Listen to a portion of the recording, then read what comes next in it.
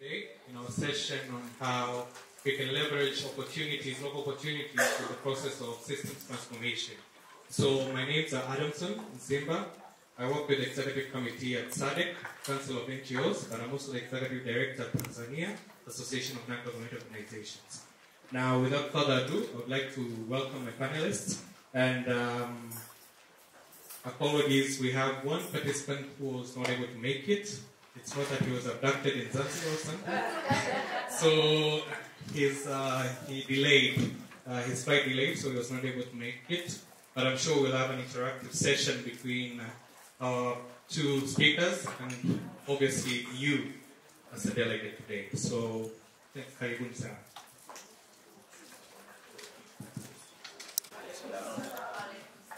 I am Tanzanian, so I feel like I am the host, and I should say karibuni Zanzibar and karibuni Tanzania to those who are from outside this country. I'm very pleased to be with you morning or afternoon. It's still morning. It's still morning. This morning.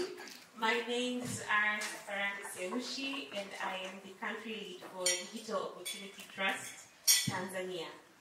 And we are an international organization. We are headquartered in Canada, but we are networked in several countries around the globe, mainly in Africa and the Middle Eastern and North American region.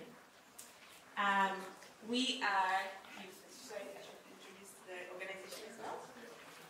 So we work with youth. We believe that youth are not passive members of the society, that things should be planned for them, but they can be at the center stage of community transformation in their communities. So we empower youth to gain leadership skills, by gaining leadership skills, ICT literacy skills, and also to tap into their networks, and we also empower them with tools and resources so that they can transform their communities. We have been in Tanzania since 2013, and since then our programs have impacted over 50,000 youth, and our most recent project has impacted 70% women. We are very excited to be here today because our ecosystem approach is at the core of our organization.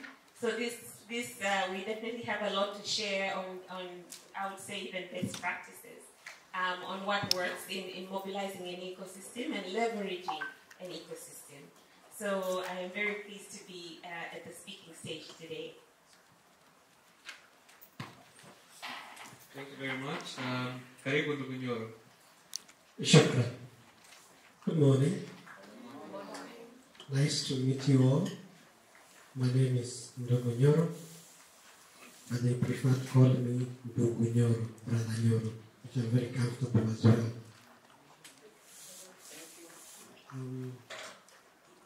I'm from Nairobi, Kenya. I represent an organization called Perfecto Foundation. Some of you must have heard about it. We talk about watoto wasome. And we are an organization that believes every child deserves a right to education and has a right to education. And we pick those students who are stuck out in the villages and are not able to go to school, and we take them to school. This we have been doing since 2018, and up to now, we have our first and second and third cohort, which are already cleared high school and are in different universities in Kenya. We also have some that are currently in high schools.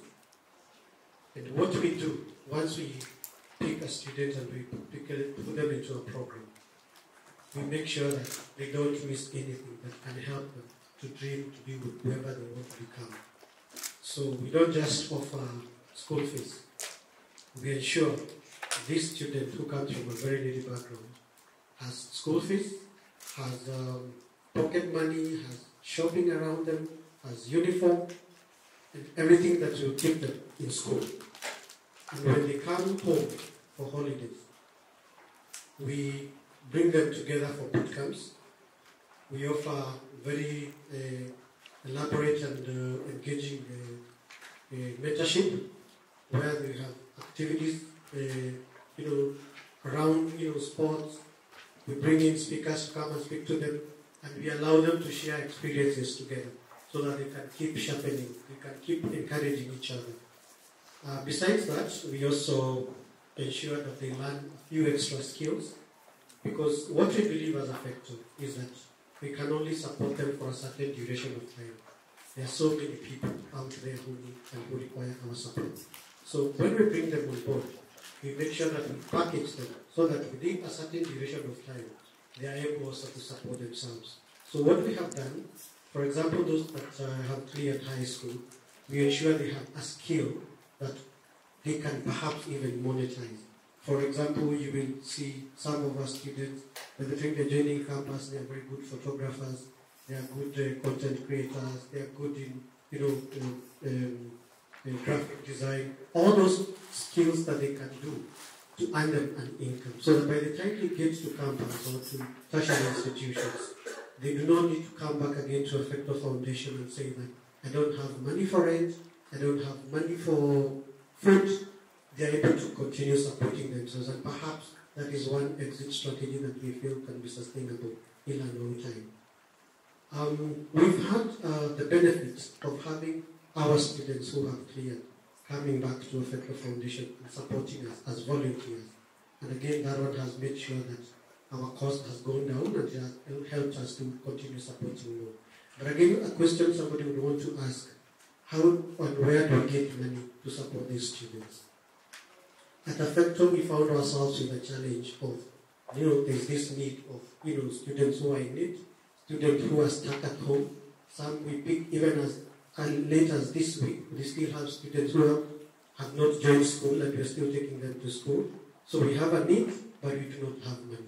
So how do we support ourselves? We had to be creative, and we decided to turn to social media, where we go to Facebook, and we asked our followers to partner with us. We asked them to own this challenge. And because nobody is too poor to give, so we usually ask them to give us $0.1 each. And this $0.1 each is what has turned out to be a huge program and has been able to support more than 176 students fully taken care of for the entire high school education. So we have, I could say, our strength is our followers on social media. We have a following of 270,000 who believe in our cause. And once we tell them it is our time for Watoto Wasome, they know they are ready to partner with us. And we don't ask too much from them. We just ask $0.1. We call it 100 book challenge. So we do that challenge and we are able to take all these students to school. So just that's briefly about who we are and what we do at Perfecto Foundation. Thank you. Thank you very much. In fact, I had a question. It's not a question. It's that I know Perfecto, but there is a part I think I want the people in this audience to get. How did, because Perfecto was not there, how did it start? How was it like after, yes, how did it start, basically? Thank you. I'm a public noise maker. I may not make noise here, but when I go out there, and those who follow me on social media, I've seen patients here, and I know some others who follow me. I like making a lot of noise.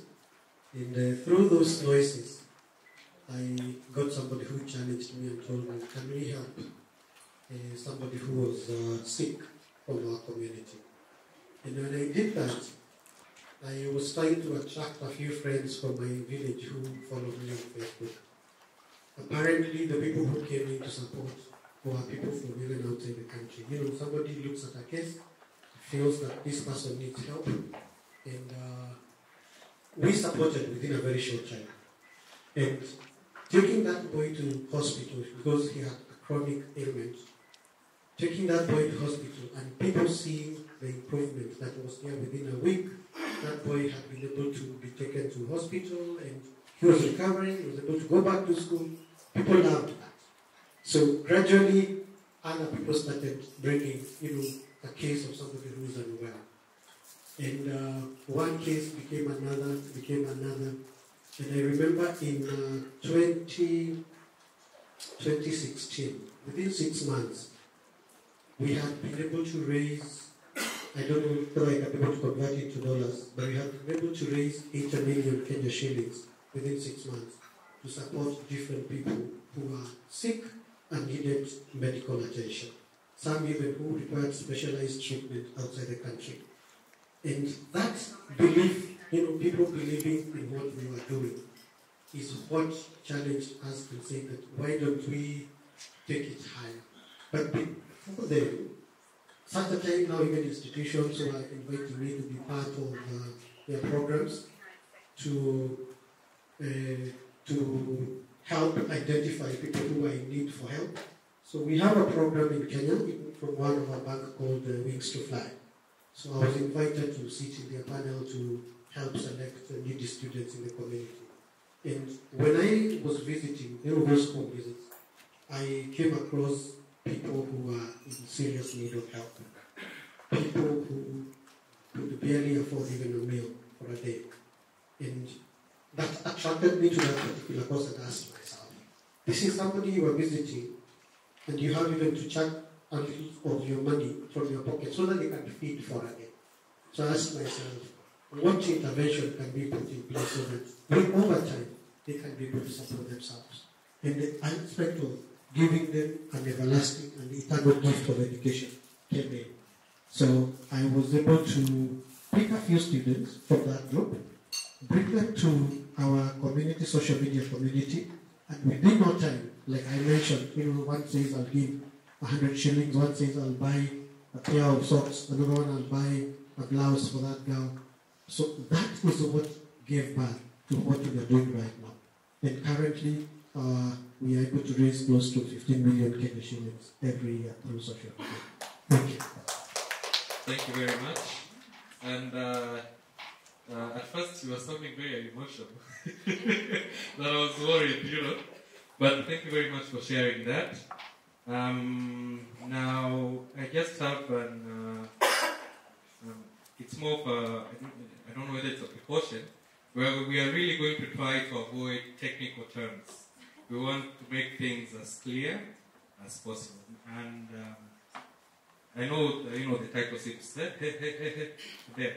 but try to be as natural as possible. So, Safarani, I was trying to listen to what DOT does. So, having worked with youths while at DOT to unlock their potentials by leveraging in digital innovations to advance their livelihoods, and how do you think this has contributed in strengthening the ecosystem? Okay, I'll try to avoid the technical terms. At DOT, what we do, first of all, we design our programs and activities with the user in mind. So we literally think about the youth. We place him or her, now that we're focusing on 70% women. And then we try and look and map out that what are their pains, what are their environments like, what are their day-to-day activities, what are their aspirations, and we map all that out. And in doing so, you automatically delve into who are the ecosystems around them, right? And because of this human-centered approach, this user-centered approach, you get a really rich perspective of your beneficiary that I like to say that we serve as philanthropists.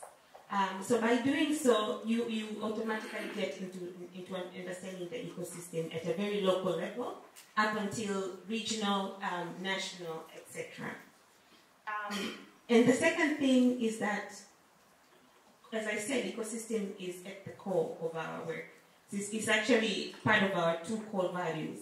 which is collaborative and local. Sorry, so when you say ecosystem, you mean the communities, eh?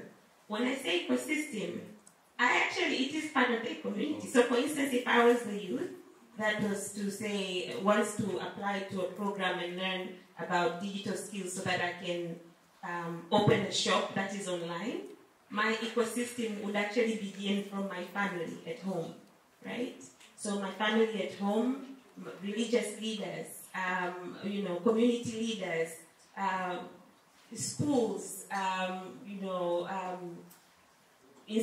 training institutions, vocational training institutions. So it goes bigger and bigger. So traditionally we think the ecosystem is just typically, these, formalized institutions or partners, as we say. But really it can just also be even your family, right? And in our case, we also believe the ecosystem, peers are also part of the ecosystem, because youth, just creating a peer network among youth is also good, because they get to exchange knowledge, experiences, they get to build each other up, they get to share networks. For instance, a youth in Arusha meets a youth in Nairobi, then they can get to really tap into other opportunities as well. So as I was to continue to my second point, that our core values are collaboration and local. So we believe that we cannot do it alone. We have a youth-led model, so we actually have one office in Dar es Salaam, but our operations are across 12 regions. And the reason being is that when youth come into our programs, we then train them to train other youth in their communities. So by doing so, we have been able to work with different ecosystems, right? Local ecosystems. So we believe that we cannot do it alone. And some of these partners, even the youth themselves, mobilize, right? And then the second thing is that, as I said, we are local. And then also we have an annual event. So to bring issues, to discuss issues that are relevant to youth and the digital innovation, and them participating in the digital economy. That is, youth leveraging digital skills and tools for work and for business. We do an annual event, and this is called the Tanzania Youth Digital Summit. So by doing so, NOT creates a platform whereby we bring, let's say, FSDT, Stanbic, ICT Commission. We then mobilize an ecosystem and say, hey, we are serving youth, right? Let's listen to them about critical issues that are either hindering them or opportunities that they see in tapping into the digital innovation space or digital economy. So what can you do, right? We have had moments where, Vodacom Foundation would be sitting at the panel and saying, yeah, we never thought about that, And we have had panels where youth are saying about climate change and saying, we think climate change is about really difficult terms and we don't know exactly what it means. And so when you're saying we should tap into green and blue innovation, for us youth, what does that really mean, right? So we have also used the Tanzania Youth Digital Summit as a platform. But we also are networked, as I said, in different countries across Africa and the Middle East. So which means we have access to youth across those countries. Then we're able to share learnings. So for instance, we're learning that youth in Middle East are so advanced in ICT literacy skills that they are now learning about AI, machine learning, robotics, while in Tanzania, we are still a little bit lagging behind. So what can we learn, right? So we get an opportunity to share knowledge and experiences through that. So we tap into the global ecosystem. And actually through the Middle East and offices and networks, we have been able to tap into Facebook, Cisco, Coursera, which were really pivotal at the time of COVID, when everything was just changing and youth had to catch up in learning the new ways of being. Okay, thank you very much. I think from what you said, one of the key points of quote and from your contribution is that philanthropy is it's not always about money. It can be skills. It's about giving skills. It's about giving that capacity. It's about empowering. Yes, networking. It's giving. So, thank you for that perspective. Now, back to Lugunyoro. Having experienced fundraising through Facebook, creating a platform that can be trusted. How were you able to do that? Because it shows how you've created your own strong network, what it's a strong ecosystem that you can depend on. How are you able to gain that trust? How are you able to, yes. Thank you. Of course, the element of trust and accountability has to be there for you to run successful campaigns one after the other. But I would say what we did, once we identified the needs and the challenges that we have as a society, we decided to co-own those problems with the community. So they don't see that these are Perfecto beneficiaries. They see these are our beneficiaries. So I would surprise you that one, they know the number of students that we have in our program. They know how much money we raise at what time. And sometimes if we stay for long without even going for the 100 campaign, you'll see them in the comment section asking me, are we not taking our students back to school? But it's because you have made them part and parcel of the activities that you're doing. So for us, we don't say that Perfecto owns the Watoto Wasome program. We call it Watoto Wasome program. It is all of us. And that is why it is very possible for somebody to say, I am skipping my lunch today so that our daughter can go back to school. I am doing EAPC because they feel like it's their own daughter, feel like it is their own son. So I think the strength that we have as a Perfecto is that we were able to help everybody become part of what we do. So our success is their success. Our challenge is their challenge. When we are troubled, they are equally troubled. When we are celebrating the success, they are celebrating with them. And they are able to interact with these beneficiaries. Sometimes, because like I said, these beneficiaries come back to serve and to volunteer their services at our office. So when they see somebody who was somewhere in a village somewhere, they were able to take them to school, we were able to take them to campus, they come and see them now, they are serving their community. They are very proud. So that process of them knowing what happens within Perfecto has helped improve that trust. That process of letting them know what we raise, what we do with what we raise at what time, has improved their accountability. And they feel it is their project, and they can always do anything. In fact, if today I was to say, we have discovered this young man, he's not been able to go to school for the second time now, and I ask who is going to give us his pocket money, you find like 100 people are willing to do that. Every other case, but it's because they are able to see, if we give our money, this is where it goes, and this is what we get out of that. Thank you. Yes, thank you very much all. But there's something I went through before this meeting. I wish we had prepared a stage to display your website. The issues of transparency, the issues of... Can you tell them just the name of your website so that they can see what you're actually talking about? Okay. Yes. www.perfecto. Perfecto is AFFECTO www.perfectofoundation.org. You can check, and when you talk about transparency, if you go to that website, you're even able to see the kind of beneficiaries that we have, who they are, and the schools they are in.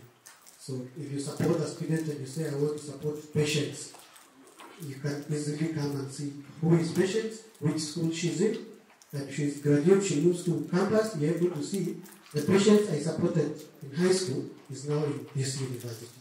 So it's not an aspect of telling you we have 53 students, and in real sense we have 23. So you're able to see that on our website. And just one more thing. The topic is about leveraging local opportunities. Don't you see an opportunity here for people who are in this room? Yes, I'm actually about to tell them. I don't need so much. Just $0.1 is enough to take one student to school. All this. Okay. Actually, that is how we do it. Yes. When we get an opportunity, we ask them. We tell them we don't ask for too much. Just what that cannot hurt you is enough to change somebody's life. Thank you very much. Now, back to Safarani. Considering the fact that you've worked in the digital space for so long, maybe what are the digital opportunities that you see, that can strengthen the philanthropy, strengthen the giving, from your perspective? Maybe I'd really love to hear from your end on that. Thank you so much. I think the first one is definitely the post-COVID era. Actually, COVID and the post-COVID era, because now we are living in the post-COVID era. I think, in a very short period of time, we were given what we call the digital push, right? So before that, there was already a gap. There were already marginalized groups that were still did not have any digital access, could not afford or could not use the digital tools, and so the unprecedented need to now digitalize and digitization created a space for philanthropy to make sure that we see those who are marginalized and we advocate that they are included and they're not left behind. So these are youth, particularly, and women, is who we focused on in Eston, Tanzania.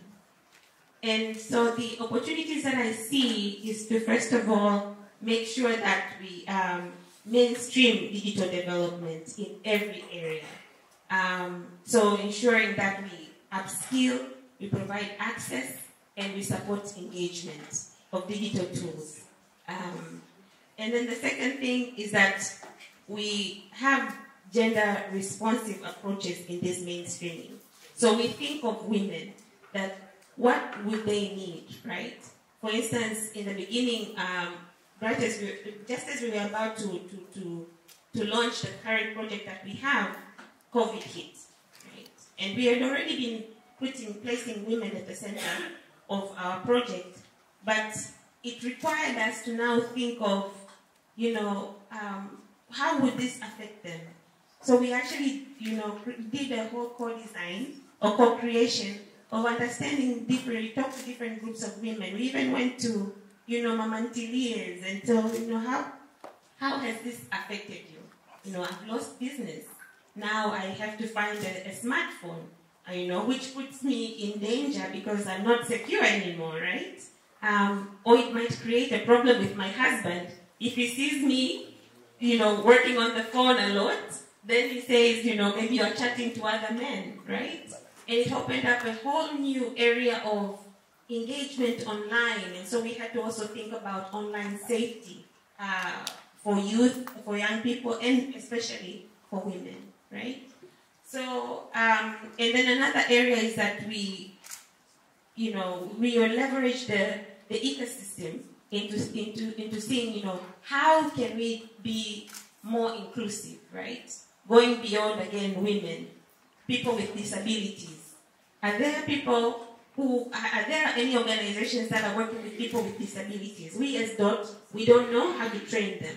How can we make our training curriculums be more inclusive, right? Which is an area we are still lagging behind. So if there's anybody in the room who is experienced in working with people with disabilities, please do reach out. I'd love to see how we can work together. But so mainstreaming and making sure that we are inclusive and prioritizing the needs of women and understanding how these new ways will affect them. And the second thing is that there is emerging technologies. You know, every day we hear about AI and machine learning, etc., etc. And you know, when you hear about these terms and how the United States and how in our context is it relevant, right? How is AI relevant to us, and how can we tap it into our economic activities so that we can raise the GDP of the country? Like, we reflect on that a lot. So we use the platform that we have, which is the Tanzania Youth Digital Summit, to have those conversations, right? So we would speak to, GSMA and bring all these people into the room. And the youth would be there, as I said, and they would raise their hands and share their own perspectives and voices that we don't know how this will reap benefits for us, I'm a youth from, let's say, Turkana, or, I'm a youth from Kigoma region here in Tanzania, which is quite remote. What will AI do to me? How will I benefit from this, right? So we use that platform to really see how these emerging technologies could make sense in the local context. And we also have policymakers in the room, so they understand that they have to tell the education sector to catch up. Our teachers can no longer be using blackboards and chalks. We are moving so far ahead that Mr. Ndungu, Mr. Nyoni, you would have to catch up. We can no longer read textbooks. Now you have to use the tablets to teach us, right? And we have to stock up our computer rooms in secondary schools, even primary schools. Like I'm a mom now, and I am now thinking of which school to take my child. And I'm focusing on schools that will introduce him to technology because the world is changing so much. And then the third opportunity is actually in climate space, How can we involve youth to be to leverage on the green and blue economies, innovation, using digital tools, right? And we found that we've again used the Tanzania Youth Digital Summit as an opportunity to now gauge where are they at. They say, we don't even understand climate change in the first place, but we are keen. That's what they say, we are keen. So all you need to do is bring this knowledge to us, bring role models to us, in the innovation spaces, in universities, in business schools, in vocational training schools, have topics about green economy and green innovation and blue innovation so that we are ready, right?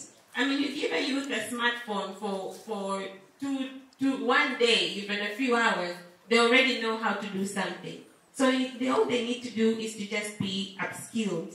So we've seen that as an opportunity as well to leverage on the ecosystem when it comes to innovation.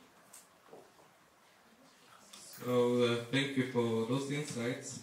Actually, I like the fact that the discussion is growing to an extent that we are now talking of artificial intelligence. I wish we had GTP seated at that seat. Maybe they could give us answers also. It's an app, right? Yes. Yes.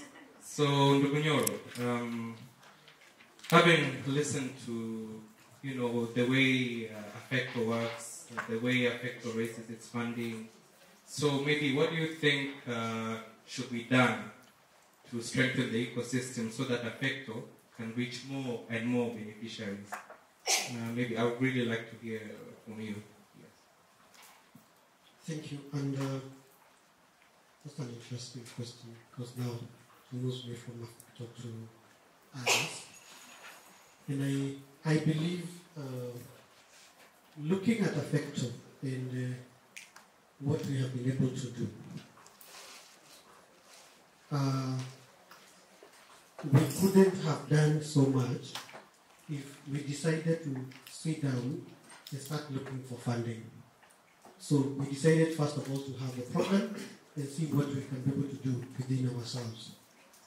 So perhaps this is on, it would work well for us to be able to grow impact, to have collaborations. But sometimes you see when other partners come in, they have what they feel works, and they would want to change what you believe in so that it can fit what they think would work. But this one is a system that is already working.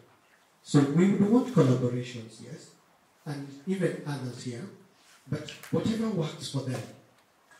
If I was to join them, I think I would only improve what they are doing because it's already working. I don't know whether you're getting me on that, Adam. But I would love to have partners come on board. But let us not look at each other from the point of weakness, but we look at each other from the point of strength. Can we strengthen what we already have? So if Perfecto's Watoto Wasome has been working, how can we improve it to be able to assist more students? But you don't come, you bring what, and I'm saying this because of our partners from the other side of the continent, they would come and tell us this is what works for them, and we must stick for this. I think it comes from an element of maybe mistrust, or they feel like, I don't know, but can we trust that even locally we have solutions?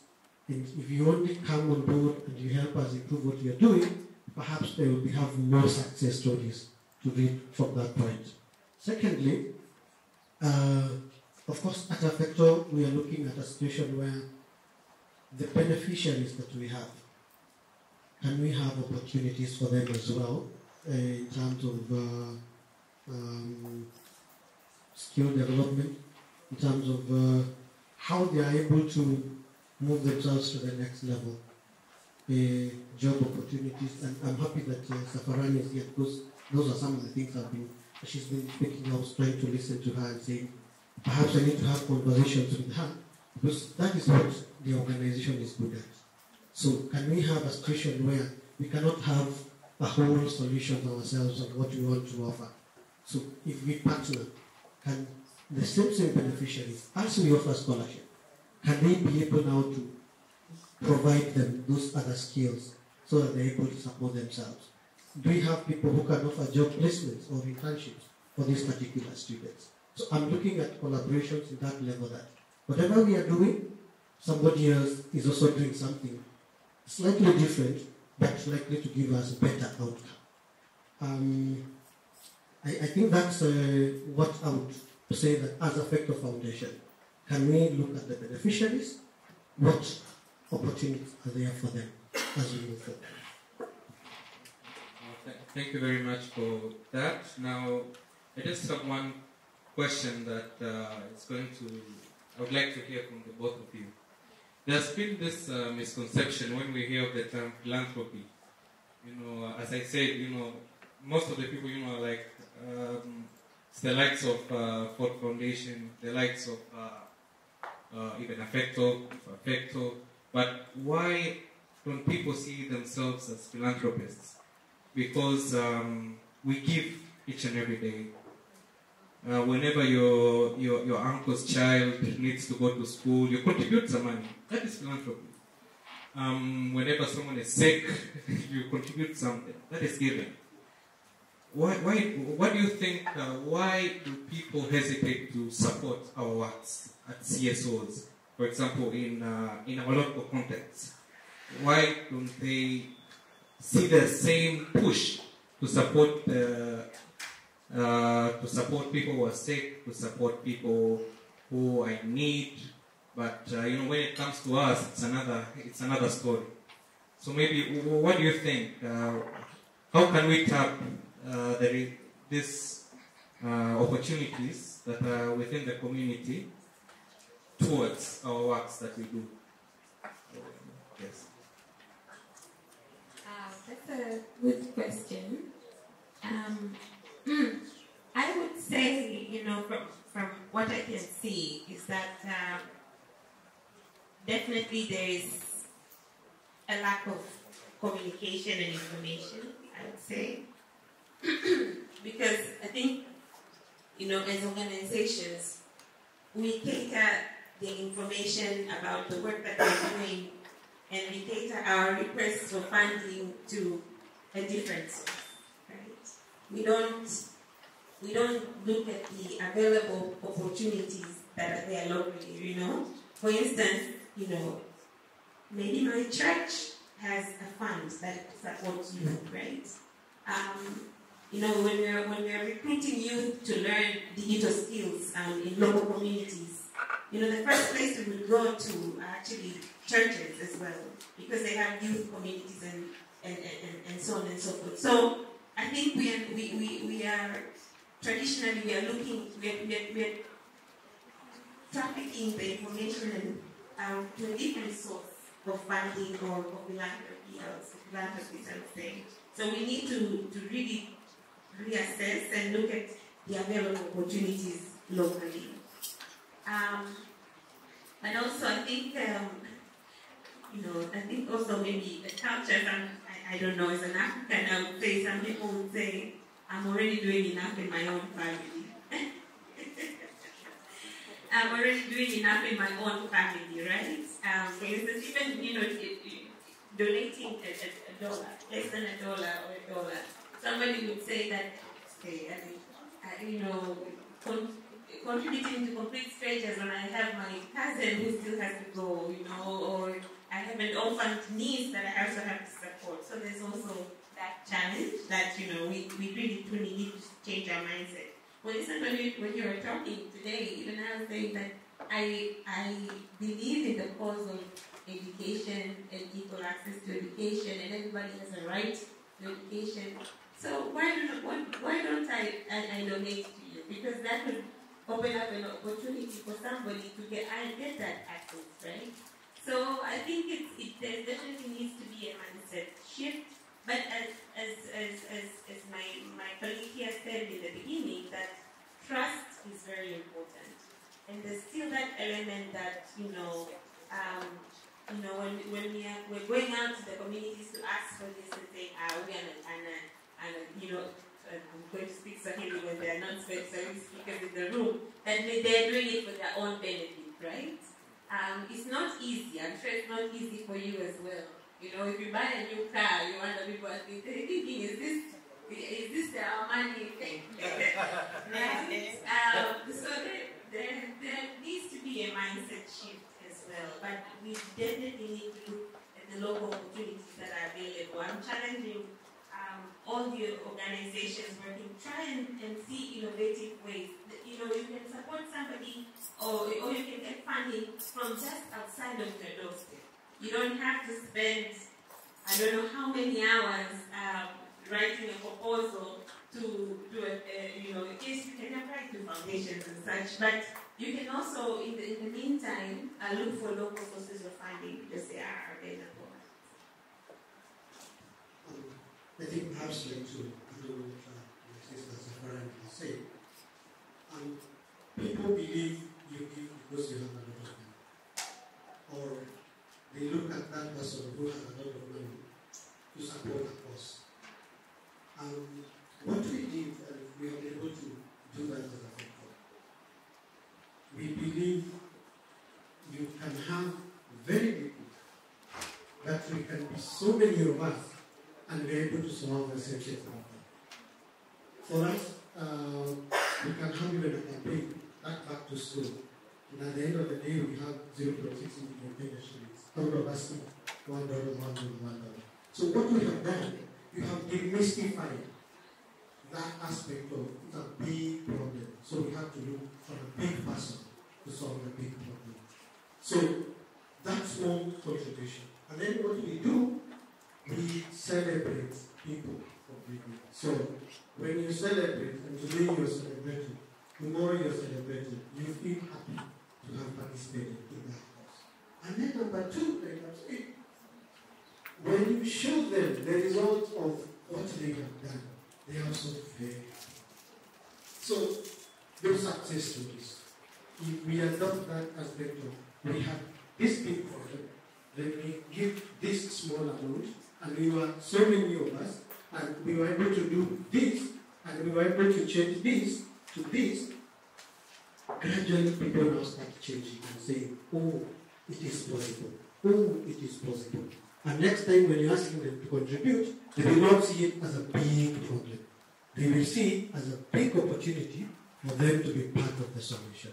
I think that's what I can do to say about that. Thank you very much for that response. Maybe before you go to the audience, maybe to wind up, maybe is there any other issue that you think you would like to share with them, or you would like to challenge them? Yes, I would welcome that from you, Bob.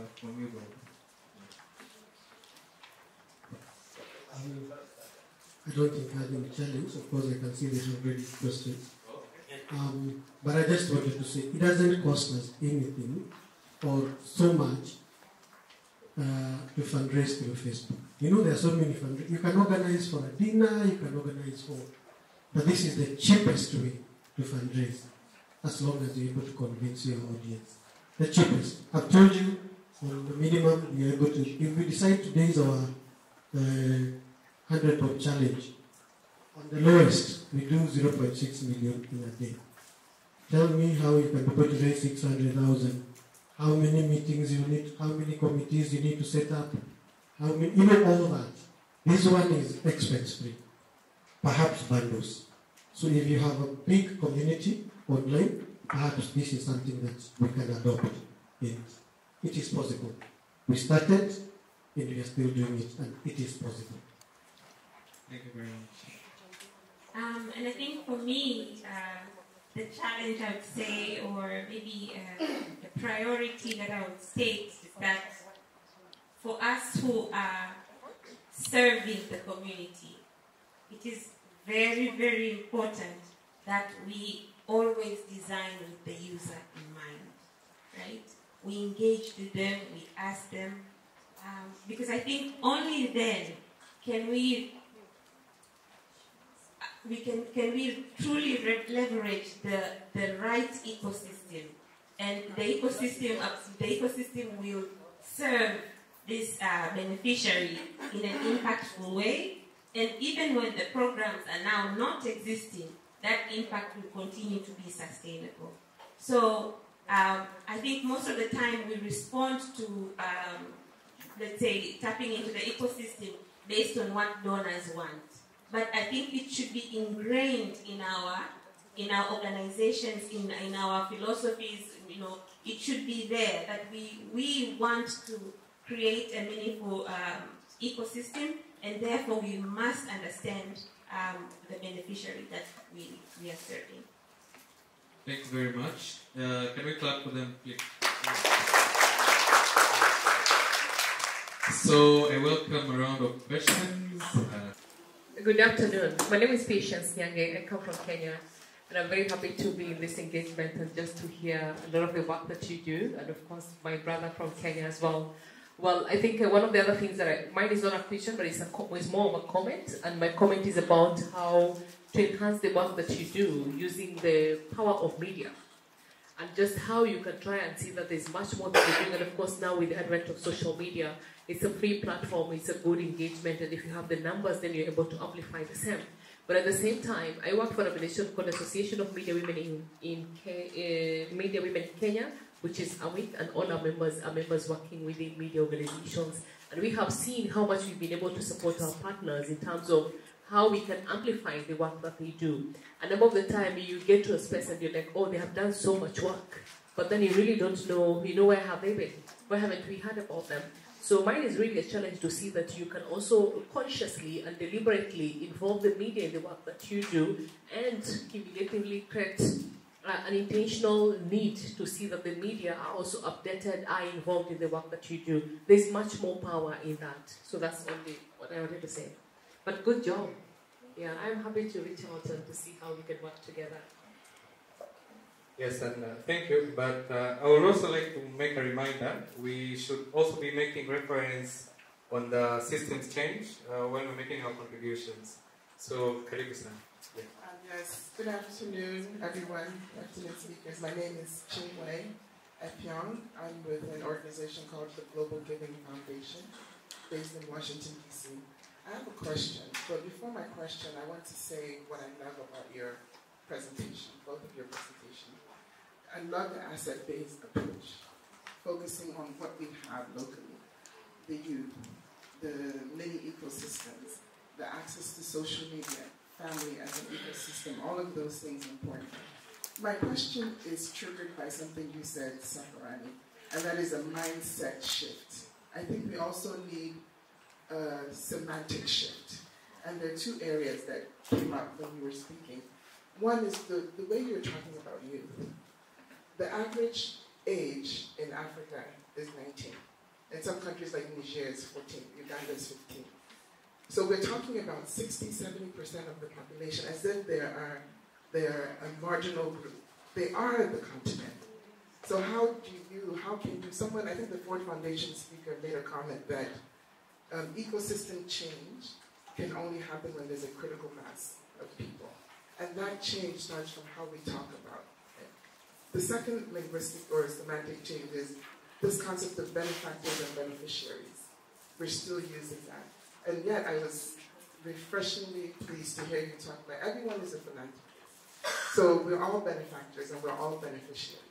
So I would love to see more of that thought leadership around how we talk about philanthropy in the continent. Thank you.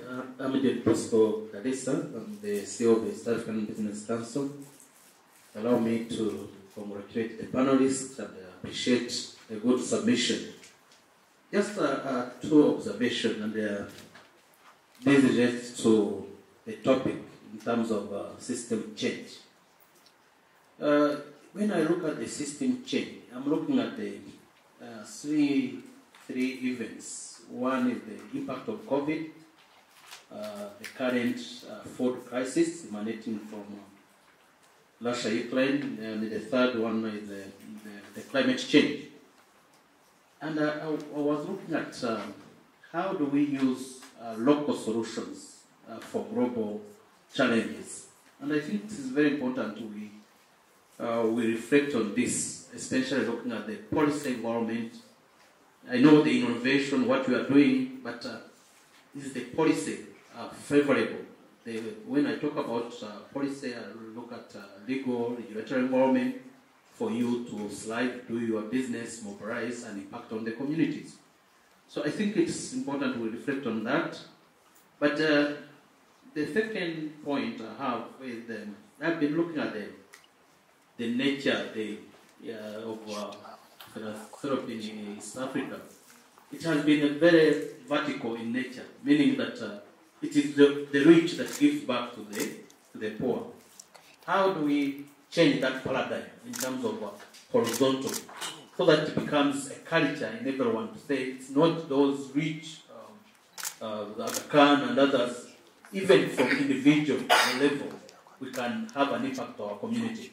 So that kind of change, I think, is very important to get your views. How do we inculcate that culture of change in terms of how we understand, maybe in terms of moving from traditional to the current dynamics? From what you've seen in your countries, what are the legal challenges you face in leveraging to such opportunities? Karibu, welcome. Thank you very much. My name is Mamu Najela. I'm from Nairobi. I work for an organization called Refugee. I just had a contribution, not a question.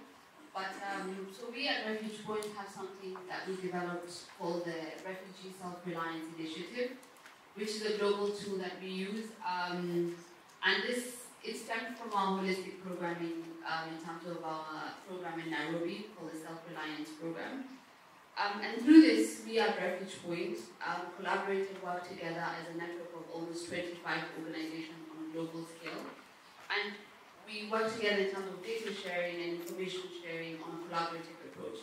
And this is one of the things that I think we need to do as organizations in Africa, in Kenya, East Africa, because we work in silos, we don't share information, we don't share data, we don't share about our programs, we don't share about our findings. So in that siloed approach, we can't really push for an agenda in terms of policy development, we can't push for an agenda in terms of local philanthropy, pushing for a certain group or a marginalized group of people if you do not share data, if you do not share information. And this is very important. We've seen a big shift in terms of policy development on a global scale through the Refugee Self-Reliance Initiative that we have. And if we were to do this at East African level, African level, even at a Kenyan or country-wide, Tanzania, Uganda, then I think we can have a shift in policy if we work in a collaborative approach and stop or reduce on working in silos and working as an individual organization, but more as a collaborative group of organizations. Thank you very much. Now, may I kindly ask, because I've been told we are out of time, so I think I'm going to allow 2 hands, and then we can interact through the summit point app. So we have already 6 hands again. Actually 8 again. Because you posed the question. Okay. Good. Should I know? Let me see what I can do. Continue. Okay. So my name is Rose Maran from the Women Fund Tanzania Trustee. I think there was a question about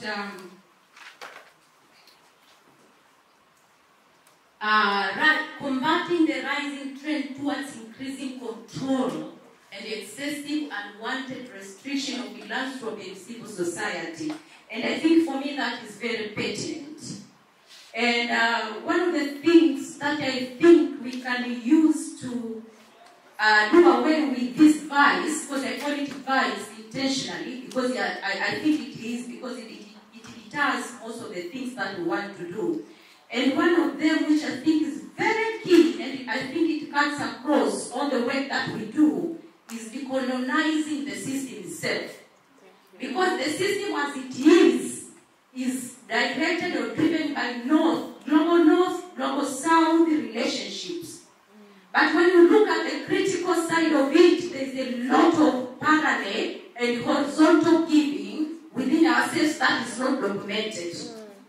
And when the global north comes to us, we think whatever pennies they give us, we think they have given us this much, whereas you will find out that is a tiny bit of what the community itself has given out towards addressing that cause.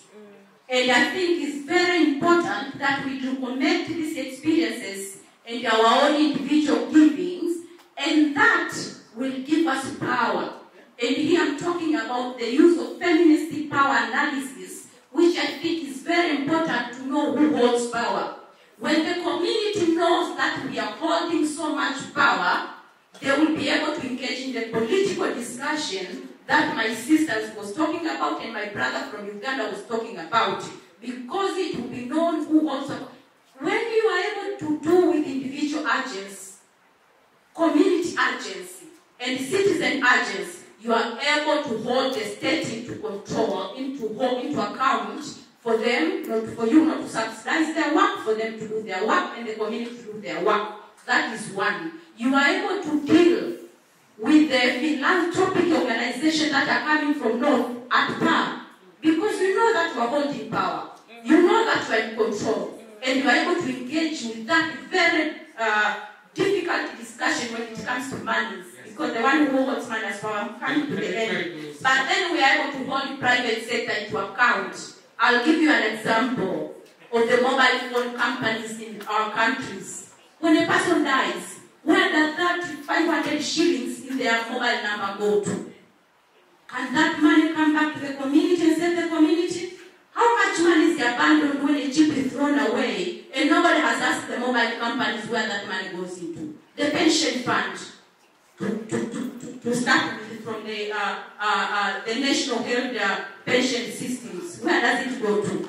That is the money that we be able to hold the government to account. But when our agency are at that level to engage in such political discussion. Thank you.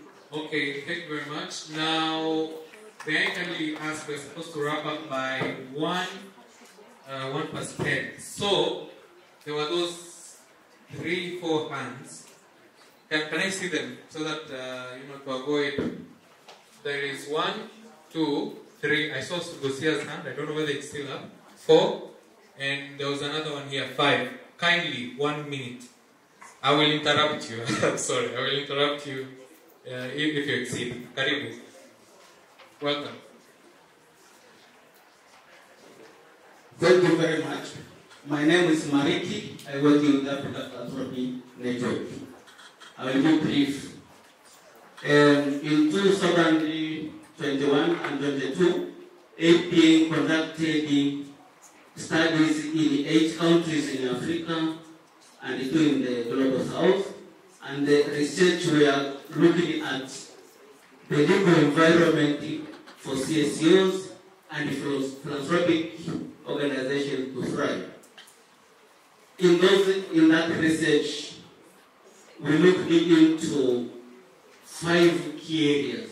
We looked into how the organization are registered.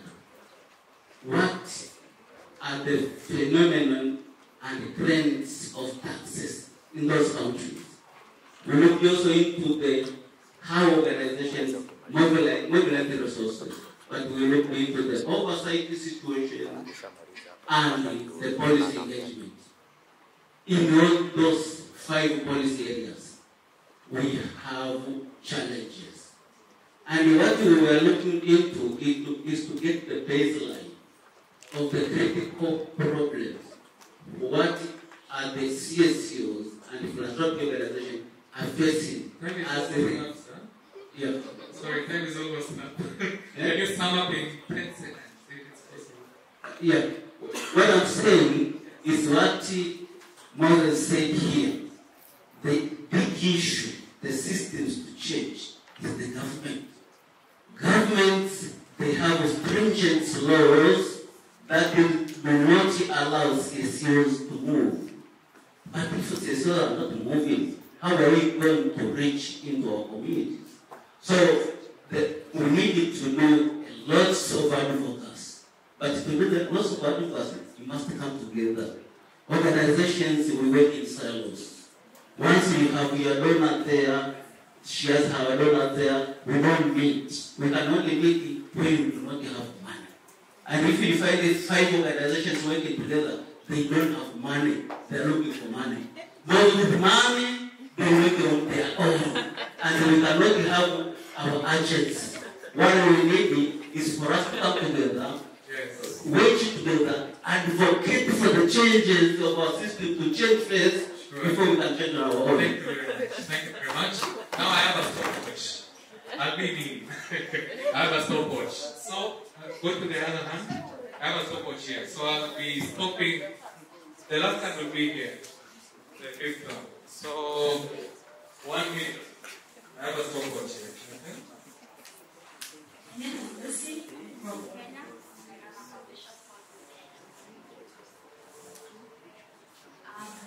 Mine is not really a question. I think what the learner gentleman say is what is a solution.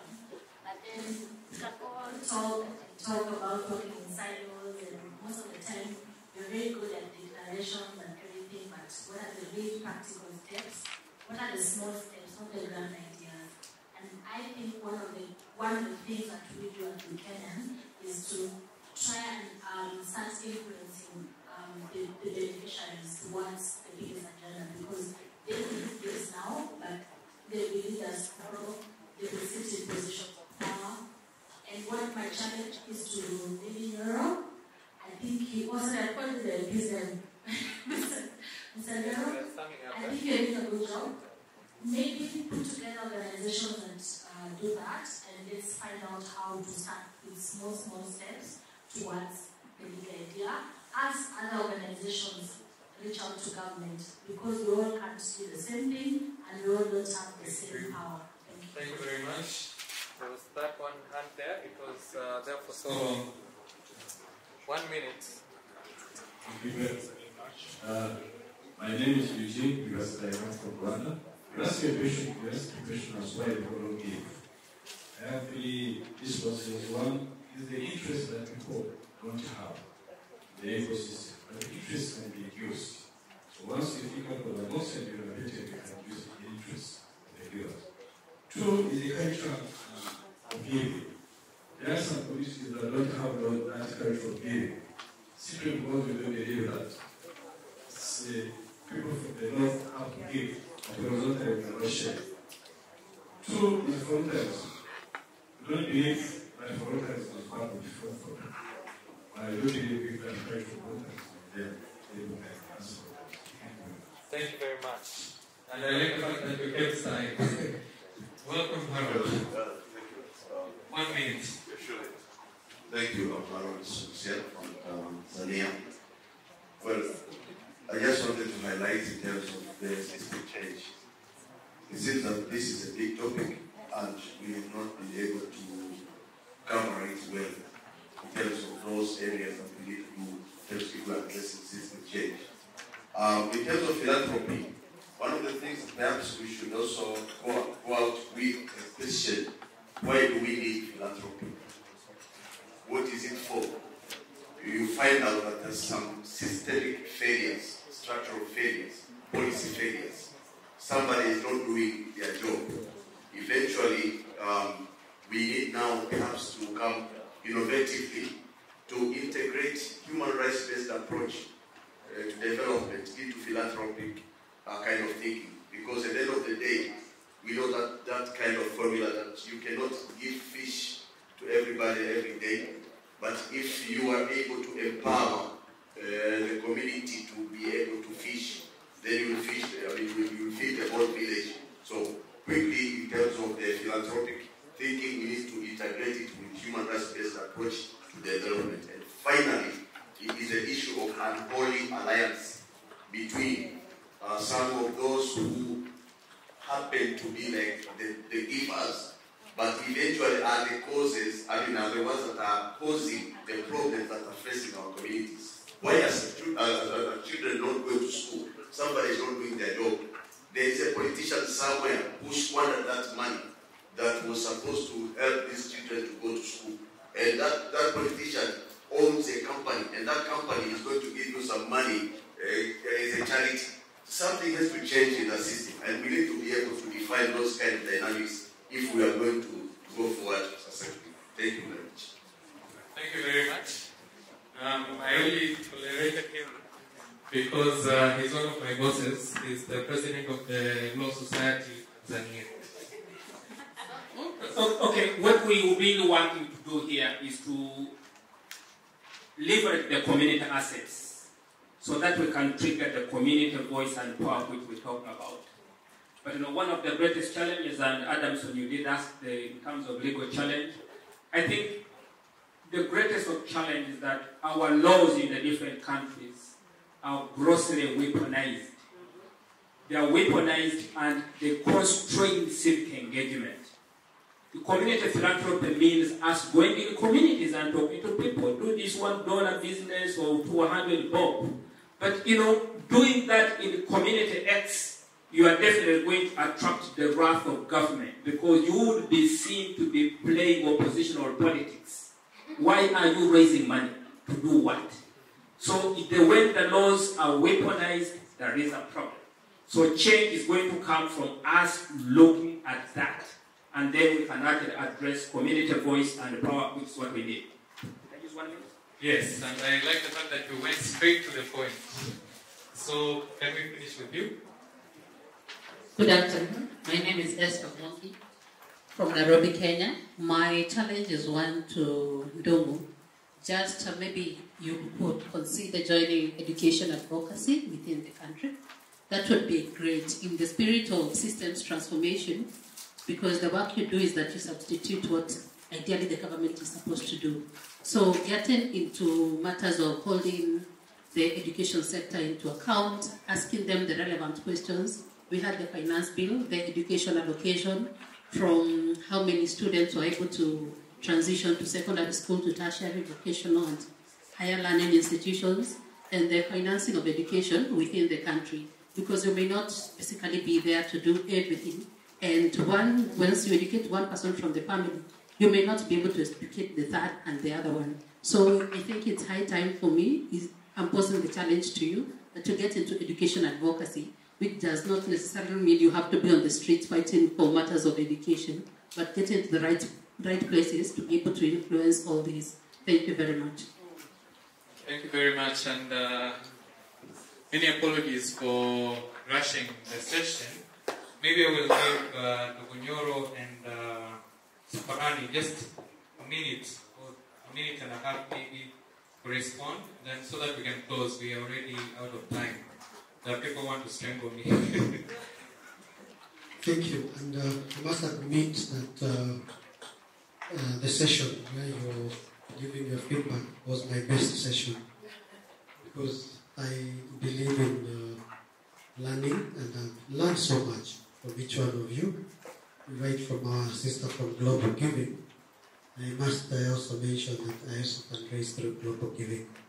I'm even waiting for the one for July, so that we can come in masses. So Global Giving is one of the platforms that we use for fundraising. Madonna from Uganda. Right after this, of course, I'm going to follow you, because you have quite insightful information that I can get from you. You have mentioned about the government, being reminded of what they're supposed to do, and I admit it is the role of the government to ensure that every child has a right to education and all the other basic needs. It's the work of the government. Our sister at the back said that it is not possible for all of us to do that. And I am a person who believes when we are doing that, because the government can choose to play hard when you decide to confront it on some of these things. So it's my belief that as we do that, which is the right thing to do, advocacy, we don't leave anyone behind.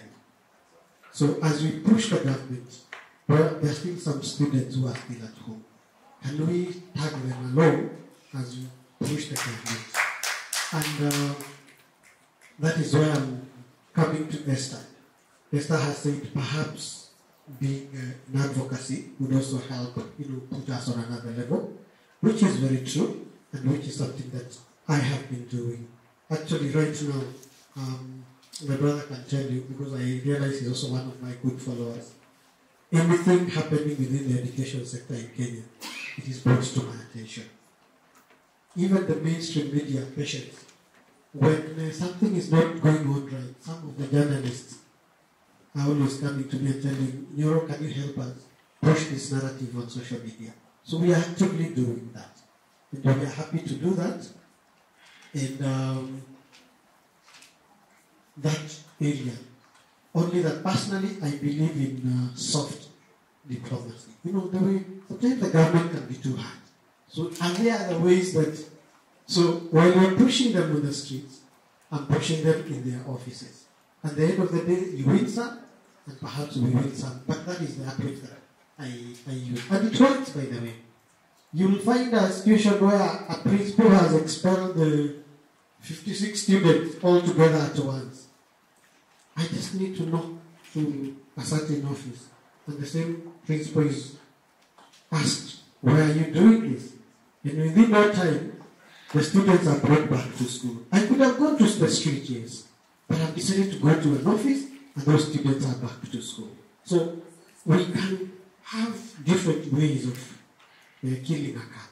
So you do your bit, we do our bit, and we win together, all of us. I think that's my response to that. Thank you very much. Saparan, can you give a feedback, then we close. Thank you all for the contributions. I think they were really great. The contributions were really great. I truly learned a lot. I can't cover everything, but what I can just say is that I think the systems change, the local solutions to problems. I think, first of all, we need to definitely create a safe space to share and talk about, our understanding of these bigger problems and how they are affecting us. So creating those safe spaces to have those conversations, but also to foster an innovation culture. I cannot speak this enough, in the education sector, creating those spaces in which we can innovate, right? We can find local solutions to problems, and that's really important. I think I've been challenged for including governance and civic engagement, organizations. For instance, we have agenda and digital skills working group, and definitely we are missing that angle. And then, today you have really challenged me that we need to find them, and they have to have a seat at the table as well, and that would really help. To my colleagues from Kenya who are working with refugees, what I really want to challenge you is to take a small step, right? Mobilize some organizations, and even if through an event, it could be a platform, and to start to speak about those issues. You will be surprised at how enlightening that can be, and how you will start to now create a space, a platform to discuss these issues. Our summit started off with just one small event at a small college in a very tiny room, maybe half the size of this. So you can become a thought leader in that space and become a really strong voice for the underrepresented group that you're supporting. So I truly urge you in that. I think for local opportunities, innovation is definitely needed. We need to stop focusing on being very project driven, and then start to ask ourselves in our organizations, what do we want to change, right? And then map out the opportunities that are within our doorsteps, quantifying in-kind contributions. The church opening up a space for you to train, that is an in-kind contribution that needs to be accounted for. So, look outside your own doorsteps and see the local opportunities that are available. So be innovative, don't be project driven. Thank you very much. Can we give them a round of applause?